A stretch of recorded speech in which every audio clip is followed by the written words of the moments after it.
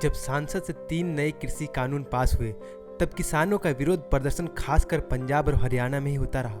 केंद्र की बीजेपी सरकार भी समझती रही कि पंजाब हरियाणा के चावल और गेहूं उत्पादक नाराज हैं, लेकिन जैसे ही इन किसानों ने दिल्ली कूच किया और दिल्ली की सीमाओं पर डेरा डाला, आंदोलन व्यापक हो चला।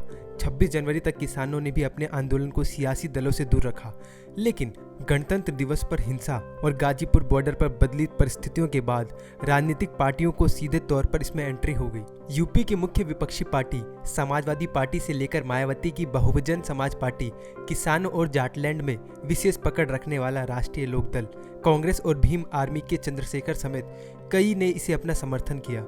अब यह आंदोलन पंजाब, हरियाणा के अलावा उत्तर प्रदेश, खासकर पश्चिमी उत्तर प्रदेश के सभी जिलों तक पहुंच चुका है। पश्चिमी यूपी के जाट किसान इस आंदोलन की जड़ में हैं। यह बीजेपी के लिए चिंता की बात है, क्योंकि पश्चिमी उत्तर प्रदेश में 44 विधानसभा सीटें हैं और उनमें से 20-22 सीटों पर जाट वोटर हार जीत तय करते हैं। आंकड़ों पर गौर करें तो 2017 की यूपी विधानसभा चुनावों में बीजेपी को कुल 41% वोट मिले थे, लेकिन पश्चिमी यूपी में बीजेपी को करीब 44% वोट मिले थे। 2019 के लोकसभा चुनावों में भी यूपी में बीजेपी की कुल 50% वोट मिले थे, लेकिन पश्चिमी यूपी में उसे 52% वोट मिले थे। 2014 के लोकसभा चुनाव के आंकड़ों पर भी गौर करें तो यूपी में बीजेपी को 42% वोट मिले थे, लेकिन पश्चिमी यूपी में आंकड़ा 50% था। हालांकि यूपी विधानसभा चुनाव में अभी 1 साल का वक्त है, वहां 2022 के शुरू में चुनाव होने हैं। बावजूद बीजेपी के लिए चुनौतीपूर्ण हो सकता है और उसे इसके नुकसान उठाने पड़ सकते हैं, क्योंकि गन्ना पैकेज के बावजूद किसानों को गन्ने की बड़ी कीमत नहीं मिल रही है। अगर किसानों ने आंदोलन लंबा खींचा तो सत्ताधारी बीजेपी को कई मोर्चों पर नुकसान उठाना पड़ सकता है।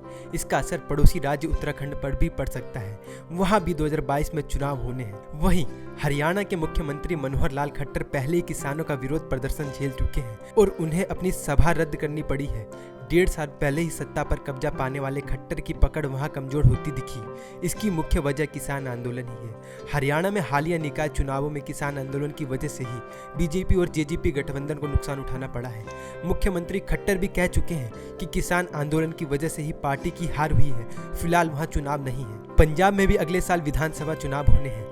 कृषि कानून के मुद्दे पर पहले से वहां एनडीए टूट चुका है। अब बीजेपी और अकाली दल की राहें अलग हो चुकी है। बीजेपी वहां एकला चलो की राह टटोल रही है। अब तक छोटे भाई के तौर पर बीजेपी अकाली दल के साथ ही चुनाव लड़ती रही थी। उधर आम आदमी पार्टी और सत्ताधारी कांग्रेस पहले दिन से ही किसानों का समर्थन करती रही है। सीएम अमरिंदर सिंह भी फूंक फूंक कर कदम उठा रहे हैं। पंजाब के किसानों ने जिस तरह से हरियाणा बॉर्डर और दिल्ली बॉर्डर पर प्रदर्शन किए हैं, उससे 5 नदियों के इस प्रदेश में बीजेपी को नुकसान उठाना पड़ सकता है। असल न्यूज से विकास चौरसिया की रिपोर्ट।